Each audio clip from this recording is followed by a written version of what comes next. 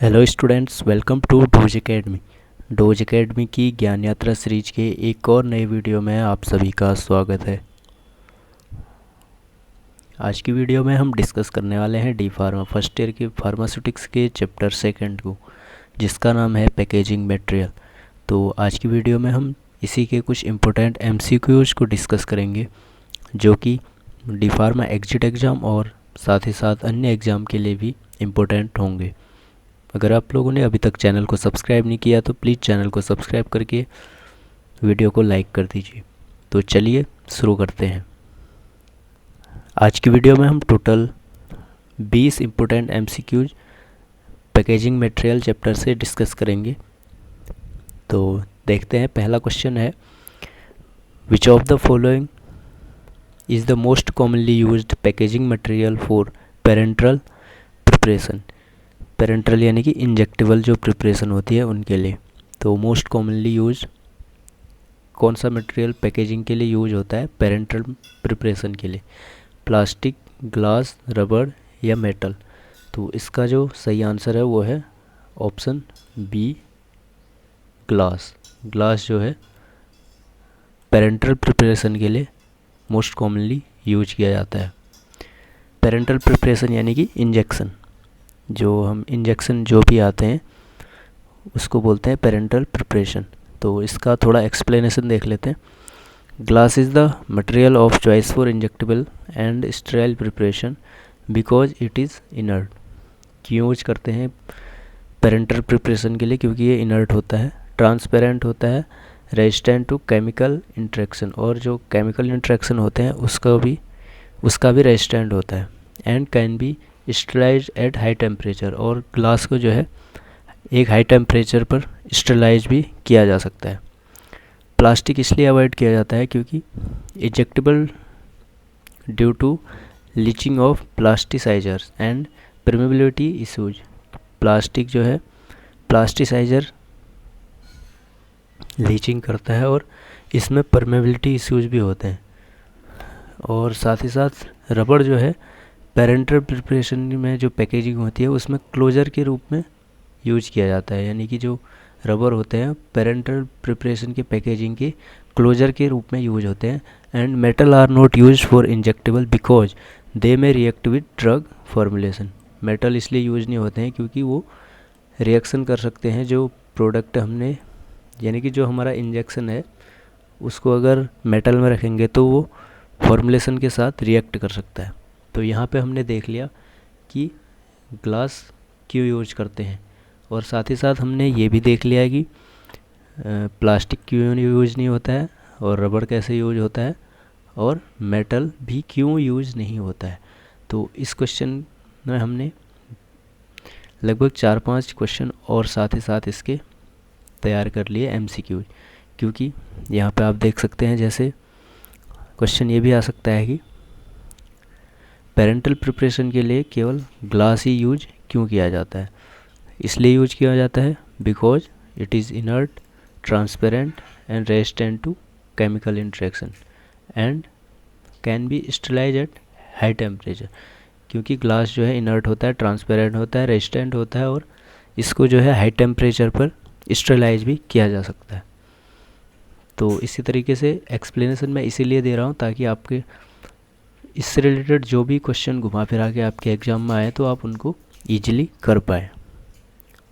तो देखते हैं अगला क्वेश्चन।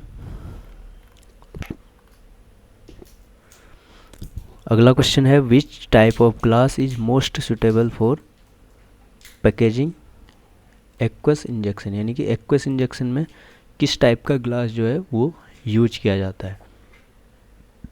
आपने ग्लास के टाइप पढ़े होंगे, टाइप 1, टाइप 2, टाइप 3 और type 4।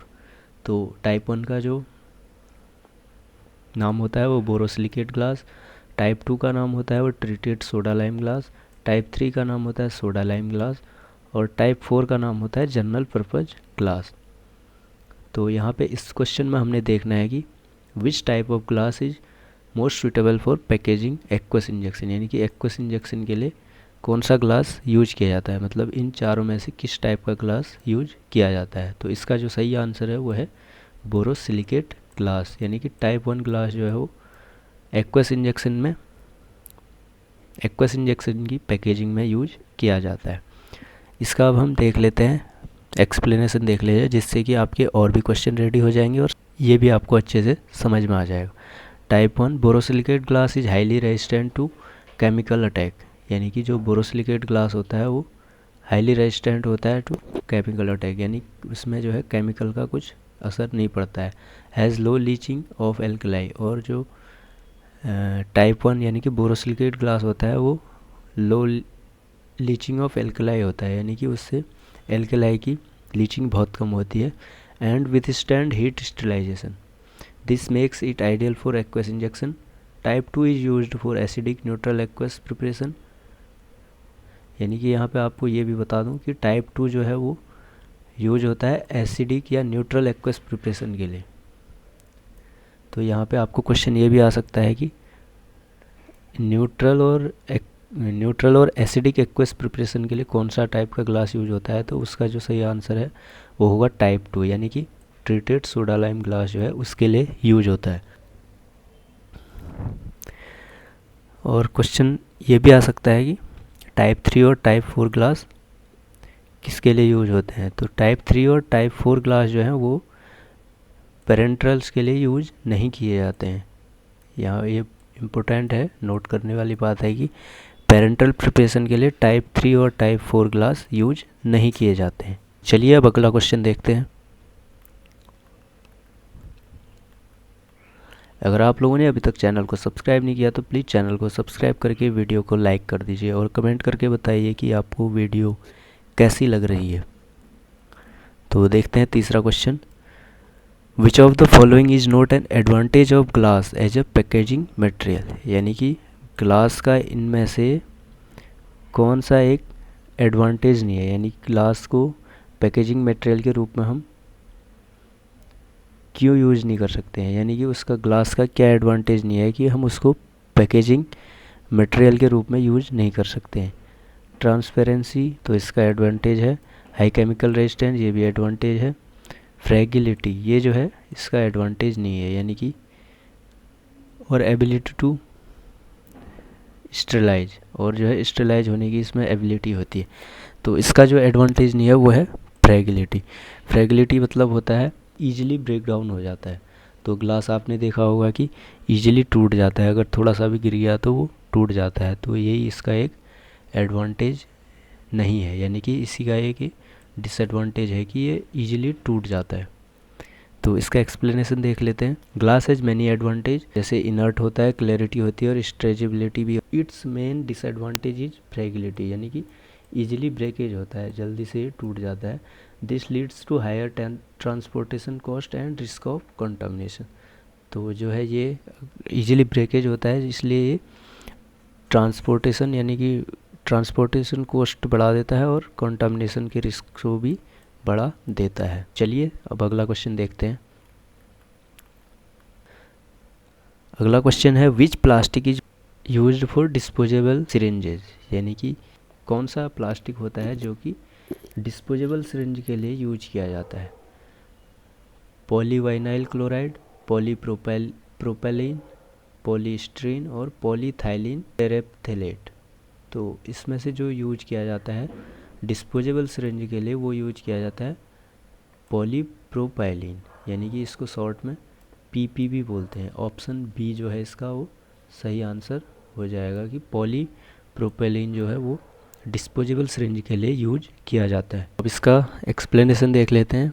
Polypropylene is resistant to heat sterilisation, यानी कि जो पॉलीप्रोपाइलिन होता है वो हीट स्टेरिलाइजेशन के लिए रेजिस्टेंट होता है और केमिकली इनर्ट होता है, इकोनॉमिकल होता है and making it suitable for disposable syringe, और जो है ये डिस्पोजेबल सिरिंज के लिए सूटेबल होता है, इसलिए इसको जो है डिस्पोजेबल सिरिंज में यूज किया जाता है। PVC can leach plasticisers, PVC जो प्लास्टिक होता है वो जो है प्लास्टिसाइजर्स को लीच कर सकता है। पीएस जो होता है यानी कि पॉलीस्टीरीन, वो जो है ब्रिटल होता है, यानी कि ब्रिटल यानी कि जो टूट जाता है जल्दी से। और पीईटी यानी कि जो पॉलीथाइलिन ट्रिप्थेलेट है वो जो है मेन यूज होता है फॉर ओरल लिक्विड पैकेजिंग, यानी कि ओरल लिक्विड पैकेजिंग के लिए जो यूज किया जाता है वो कौन सा टाइप है, तो वह है PET, पॉलीथाइलिन टेरेप्थेलेट। तो क्वेश्चन ये भी आ सकता है आपके में कि पॉलीथाइलिन थ्रेप्टेलेट कौन सी पैकेजिंग में यूज किया जाता है, या फिर ओरल लिक्विड पैकेजिंग के लिए कौन सा प्लास्टिक यूज किया जाता है, तो वह है PET, शॉर्ट में इसको PET बोलते हैं। तो चलिए अब अगला क्वेश्चन देखते हैं। अगला क्वेश्चन है which property of plastic is major disadvantage in pharmaceutical packaging. तो प्लास्टिक की क्या डिसएडवांटेज है जो कि फार्मास्यूटिकल पैकेजिंग में आता है।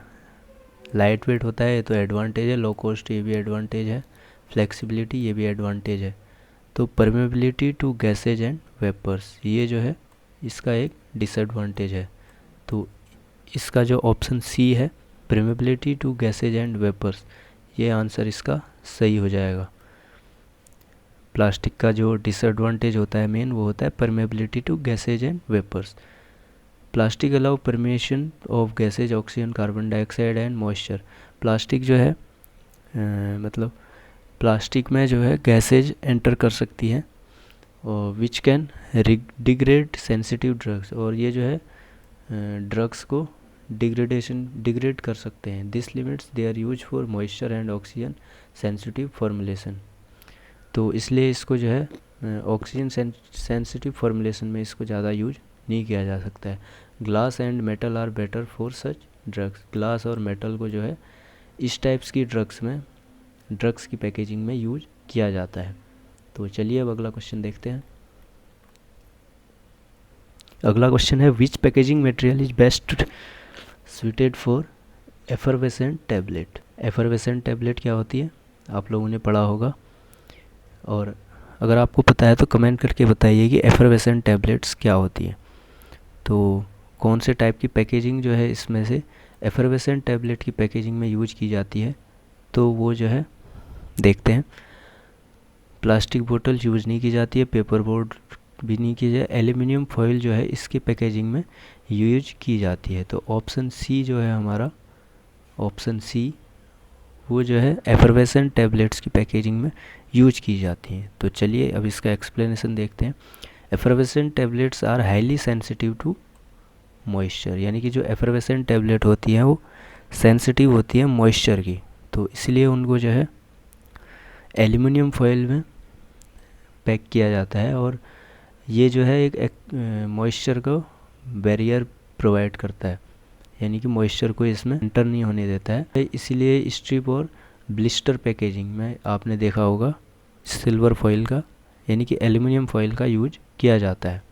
अगला क्वेश्चन है which of the following is an advantage of using metals in pharmaceutical packaging. तो फार्मास्यूटिकल पैकेजिंग में मेटल को यूज करने का क्या एडवांटेज है, तो इसका जो सही आंसर है ऑप्शन बी, यानी कि जो मेटल होता है वो कंप्लीट प्रोटेक्शन प्रोवाइड करता है लाइट और गैसेस से ड्रग को।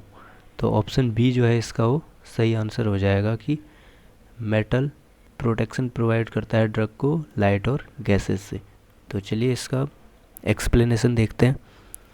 Metals such as aluminium provide excellent barriers against light, oxygen and moisture, जबकि वे जो हैं कम्प्लीटली इनर्ट भी नहीं होते हैं और often need to protective coating, और इनको यूज करने के लिए इनमें एक अंदर से कोटिंग करनी होती है जिससे कि ये ड्रग के साथ रिएक्शन ना कर पाए, और इनको यूज किया जाता है क्योंकि ये जो है लाइट और गैसेस से इसको ड्रग्स को प्रोटेक्शन प्रोवाइड करते हैं। तो चलिए अब अगला देखते हैं। अगला क्वेश्चन है वह विच of the following rubber types is commonly used for closures in pharmaceutical packaging, यानी कि जो रबर के टाइप होते हैं आपने पढ़े होंगे टाइप्स ऑफ रबर, उनमें से कौन सा जो है क्लोजर के रूप में ड्रग्स की पैकेजिंग में यूज किया जाता है। Natural rubber, butyl rubber, silicone rubber और नियोप्रेन। तो इसमें जो है ऑप्शन बी यानी कि ब्यूटाइल रबर जो है वो कॉमनली यूज किया जाता है क्लोजर बनाने में फार्मास्यूटिकल्स की पैकेजिंग में। तो ऑप्शन बी जो है हमारा वो सही आंसर हो जाएगा। तो चलिए इसका explanation. Butyl rubber has low permeability to gases and moisture. Butyl rubber इसलिए यूज किया जाता है क्योंकि इसकी लो परमेबिलिटी होती है गैस और मॉइस्चर में, ये भी क्वेश्चन आ सकता है आपके में कि ब्यूटाइल रबर को ही फार्मास्यूटिकल पैकेजिंग में मोस्ट कॉमनली यूज किया जाता है। तो इसका आंसर ये है कि क्योंकि इसकी लो परमेबिलिटी होती है गैस और मॉइस्चर के लिए, and good resistant to chemical के लिए एक अच्छा रेजिस्टेंस होता है, making it suitable for closure of vials and infusion बोतल। Natural rubber may absorb drug content and silicone rubber is used only in specialized cases। तो नेचुरल रबर जो होता है वो ड्रग को एब्जॉर्ब कर सकता है, इसलिए इसको यूज नहीं करते हैं। ये क्वेश्चन भी आ सकता है आपके में कि नेचुरल रबर को क्यों यूज नहीं करते हैं। तो इसलिए यूज नहीं करते हैं क्योंकि वो जो है ड्रग के कंस्टेंट को एब्जॉर्ब कर सकता है, और सिलिकॉन जो है कुछ स्पेशलाइज्ड केसेज में क्लोजर के रूप में यूज किया जाता है। तो चलिए अब अगला देखते हैं। अगला क्वेश्चन है which of the following is a disadvantage of using rubber as packaging material. तो यहाँ पे आपने डिसएडवांटेज बताना है रबर को जो है पैकेजिंग मटेरियल के रूप में यूज करने का, यानी कि रबर का डिसएडवांटेज क्या है। Poor ceiling ability, possibility of drug absorption और लीचिंग, हाइब्रिटिलनेस और ट्रांसपेरेंसी। तो इसका जो सही आंसर है वो ऑप्शन बी है, यानी कि possibility of drug absorption and leaching, यानी कि रबर जो है ड्रग को एब्जॉर्ब कर सकता है और लीचिंग कर सकता है। तो इसका जो सही आंसर है वो ऑप्शन बी है। अब एक्सप्लेनेशन देख लेते हैं। Rubber closures can sometimes absorb drug constant और leach additive into the drug product. कभी कभी जो है ड्रग को एब्जॉर्ब कर लेता है, ड्रग के कंस्टेंट को, और लीचिंग भी करता है, कॉजिंग स्टेबिलिटी इश्यूज, और जो है ड्रग में स्टेबिलिटी इश्यूज यानी कि उसको डिस्टर्ब कर देता है। This is why pre treatment and testing are required before selecting rubber closure. Testing की जाती है रबर को क्लोजर के लिए सेलेक्ट करने से पहले। तो चलिए अब अगला क्वेश्चन देखते हैं।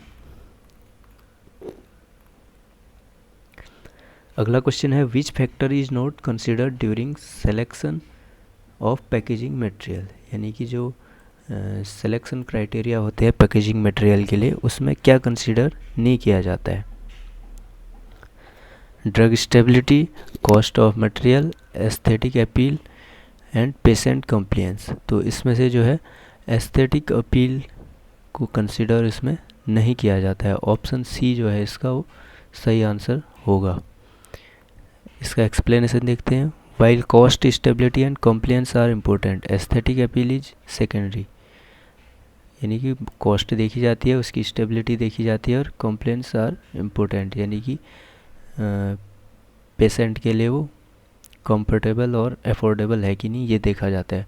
और एस्थेटिक अपील ये जो है एक सेकेंडरी होता है। Packaging is primarily chosen based on ability to protect drug from degradation and maintain sterility. Packaging material जो है बेसिकली उसकी प्रोटेक्शन एबिलिटी और वो डिग्रेडेशन करेगा या नहीं उस हिसाब से उसको चूज किया जाता है। तो अभी तक हमारे 10 क्वेश्चन हो चुके हैं। अगर आपको वीडियो पसंद आ रही है तो वीडियो को लाइक कर दीजिए और अपने दोस्तों के साथ वीडियो को शेयर ज़रूर कर दीजिए, और अगर आप लोग चैनल पर नए हैं तो चैनल को सब्सक्राइब ज़रूर कर दीजिएगा। कमेंट करके बताइए कि आपको वीडियो कैसी लग रही है और ये क्वेश्चन आपको हेल्पफुल लग रहे हैं कि नहीं। तो चलिए अब अगला क्वेश्चन देखते हैं। विच of the following packaging materials is most suitable for light sensitive drugs, यानी कि जो लाइट सेंसिटिव ड्रग होते हैं उनके लिए कौन सा पैकेजिंग मटेरियल मोस्ट सुटेबल होता है। Amber colour glass, transparent PET बोतल, पेपर बोर्ड कार्टन्स और क्लियर पॉलीस्टाइरीन। तो इसके लिए जो है वो हमारा अम्बर कलर ग्लास जो है वो यूज किया जाता है लाइट सेंसिटिव ड्रग्स के लिए। ये इम्पोर्टेंट क्वेश्चन है, इसको आप अच्छे से याद कर लीजिएगा कि लाइट सेंसिटिव ड्रग के लिए कौन सा ग्लास यूज किया जाता है। तो वो होता है amber colour glass. Option A जो है उसका सही आंसर हो जाएगा। Amber colour glass absorb UV light and provide strong protection to light sensitive drugs like riboflavin and certain antibiotics. तो जो अम्बर कलर ग्लास होता है वो अल्ट्रावायलेट रेज जो आती हैं उनको एब्जॉर्ब कर लेता है और लाइट सेंसिटिव ड्रग को एक स्ट्रॉन्ग प्रोटेक्शन जो है वो प्रोवाइड करता है, जैसे कि राइबोफ्लेविन एंड कुछ एंटीबायोटिक्स होती हैं वो। तो चलिए अब अगला क्वेश्चन देखते हैं। अगला क्वेश्चन है which of the following plastics is best suited for oral syrups. ये क्वेश्चन अभी आपने ऊपर भी देखा था जब मैंने आपको प्लास्टिक के टाइप्स बताए थे कि किस किस टाइप के कौन से में यूज किए जाते हैं। तो वही क्वेश्चन यहाँ पे देख सकते हैं, आपको आ गया है कि ओरल सिरप के लिए जो है वो किस टाइप का कौन सा प्लास्टिक यूज किया जाता है। तो इसका जो सही आंसर है वो है पॉलीथाइलिन थेरेप्टिलेट। तो ऑप्शन ए जो है इसका वो सही आंसर हो जाएगा कि ओरल सिरप के लिए जो है पीईटी जिसको बोलते हैं शॉर्ट में, वो प्लास्टिक यूज किया जाता है। यहाँ पे इसका एक्सप्लेनेशन देख लेते हैं। PET is light weight, strong and has low gas permeability. It is widely used for oral syrup, ophthalmic solution and other liquid formulation. तो पीईटी जो प्लास्टिक होता है वो लाइट वेट होता है, स्ट्रॉन्ग होता है, गैस परमेबिलिटी इसकी लो होती है, इसलिए जो है इसको oral syrup, ophthalmic solution, ophthalmic मतलब जो आँखों के लिए जो प्रिपरेशन होती हैं वो, और जो भी अदर लिक्विड फॉर्मुलेशन होती है उसके लिए जो है वाइडली यूज किया जाता है पॉलीथाइलिन थेरेप्टिलेट। तो चलिए अब अगला क्वेश्चन देखते हैं। अगला क्वेश्चन है which test is important for evaluating packaging material compatibility. Packaging material की कंपेटिबिलिटी को इवेल्युएट करने के लिए कौन सा टेस्ट किया जाता है। तो उसका जो सही आंसर है वो है मॉइस्चर वेपर ट्रांसमिशन रेट, इसको शॉर्ट में MVTR कहते हैं। इसको आप याद कर लीजिए, इसको MVTR की जो फुल फॉर्म होती है, कभी कभी ये भी पूछ लेता है एग्जाम में कि MVTR की फुल फॉर्म क्या होती है, तो वो होती है मॉइस्चर वेपर ट्रांसमिशन रेट। तो इसका जो सही आंसर होगा वो हो जाएगा ऑप्शन बी कि MVTR जो टेस्ट है वो किया जाता है पैकेजिंग मटेरियल कंपेटिबिलिटी को इवेल्युएट करने के लिए। MVTR measure the permeability of packaging material to moisture. MVTR जो है वो मेजर करता है पैकेजिंग मटेरियल की मॉइस्चर को कितना वो मतलब परमेबल है मॉइस्चर के उसमें। This is critical for drug sensitive to hydrolysis. ये जो है गंभीर होता है जो कि ड्रग की सेंसिटिविटी को हाइड्रोलाइसिस कर देता है। Drop test measure strength but compatibility depend more on moisture gas resistant. Drop test जो है उसकी स्ट्रेंथ को चेक करने के लिए किया जाता है। Compatibility depends on moisture and gas resistance, यानी कि जो कंपेटिबिलिटी इसकी डिपेंड करती है, यहाँ पे आपने क्वेश्चन में देखा, तो वो जो है मॉइस्चर और गैस रेजिस्टेंस पे डिपेंड करती है। तो चलिए अब अगला क्वेश्चन देखते हैं। अगला क्वेश्चन है blister packaging usually combines with two materials, यानी कि जो ब्लिस्टर पैकेजिंग होती है वो टू मटेरियल से कंबाइन करके बनाई जाती है। तो वो दो मटेरियल कौन कौन से हैं? ग्लास प्लास्टिक, प्लास्टिक और एल्यूमिनियम फॉयल, रबर मेटल और प्लास्टिक प्लस पेपर। तो इसमें से जो है वो प्लास्टिक और एल्यूमिनियम फॉयल को ब्लिस्टर पैकेजिंग में यूज किया जाता है मोस्टली।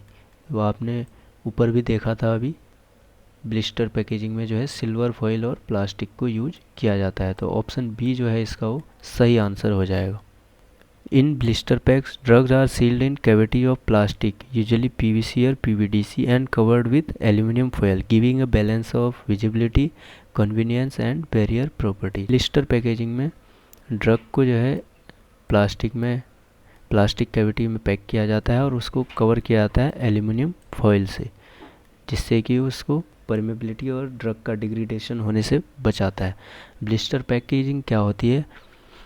आप लोगों ने पढ़ा होगा कि ब्लिस्टर पैक, और आपने सुना भी होगा। ब्लिस्टर पैक यानी कि वो पैक होते हैं जो कि जैसे आपने देखा होगा जो हमारी वो आती हैं PPIs, प्रोटॉन पंप इनहिबिटर की जो ड्रग आती हैं, उनके आपने पैकेजिंग देखी होगी। जैसे PPI में आता है ओमेप्राजोल, पेंटोप्राजोल, इसकी आपने पैकेजिंग देखना आप कभी मेडिकल स्टोर में आपके घर में पड़ी होगी तो आप देखना एक बार कि ब्लिस्टर पैक्स कैसे होते हैं। पेंटोप्राजोल, ओमेप्राजोल जो मोस्ट कॉमनली यूज होती है, उनकी पैकेजिंग जो होती है वो ब्लिस्टर पैकेजिंग में ही होती है। तो आप उसको एक बार देखिए। तो चलिए अब अगला क्वेश्चन देखते हैं।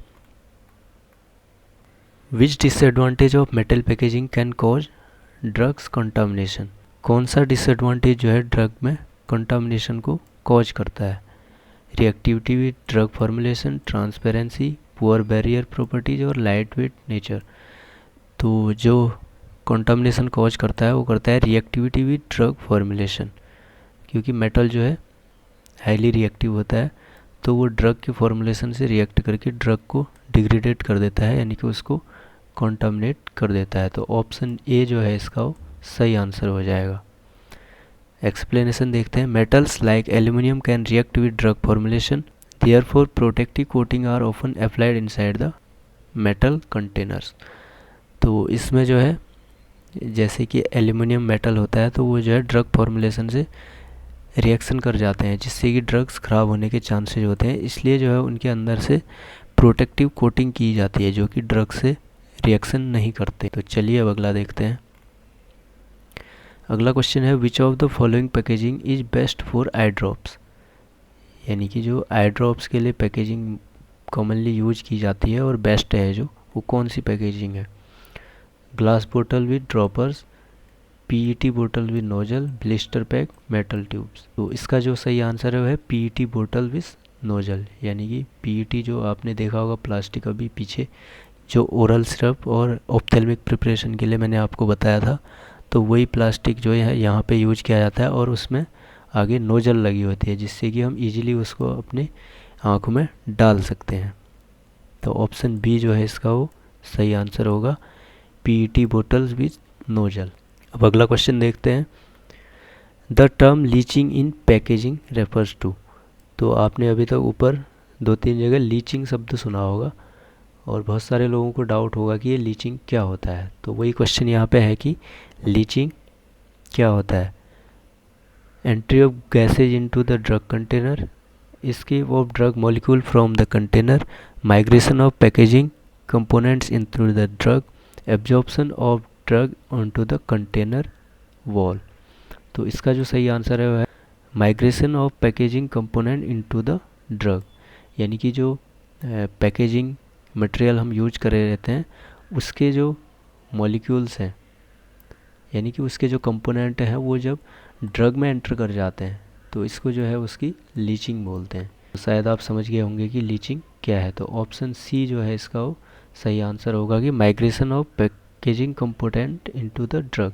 देखते हैं explanation. Leaching means that additive, plasticizer और colouring agent migrate from the packaging into the drug formulation, यानी कि जो पैकेजिंग मटेरियल में हम प्लास्टिसाइजर, एडिटिव्स, कलरिंग एजेंट जो यूज करे रहते हैं वो जब ड्रग फॉर्मुलेशन में एंटर कर जाते हैं, यानी कि माइग्रेट हो जाते हैं, उसके साथ मिक्स हो जाते हैं, तो इसको जो है इसकी लीचिंग बोलते हैं।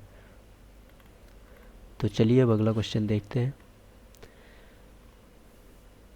इन पैकेजिंग जॉब्सन रेफर्स टू, यानी कि जॉब्सन क्या होता है? SORPTION। आपने एब्जॉर्प्शन सुना होगा, तो यहाँ पे भी पूछ रहा है कि जॉब्सन क्या होता है।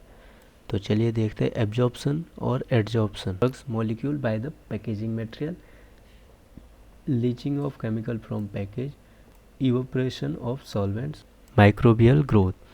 तो इसका जो सही आंसर है, यानी कि जॉब्सन मीन्स होता है absorption of drug molecule by the packaging material, यानी कि जो हम ड्रग की पैकेजिंग में मटेरियल यूज करे रहते हैं उसके द्वारा जो ड्रग मॉलिक्यूल को एब्जॉर्ब किया जाता है उसको बोलते हैं जॉब्सन।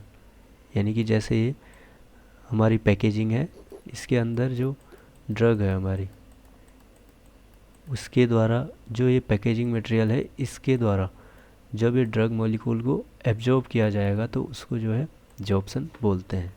अगला क्वेश्चन है which of the following is key advantage of plastic over glass,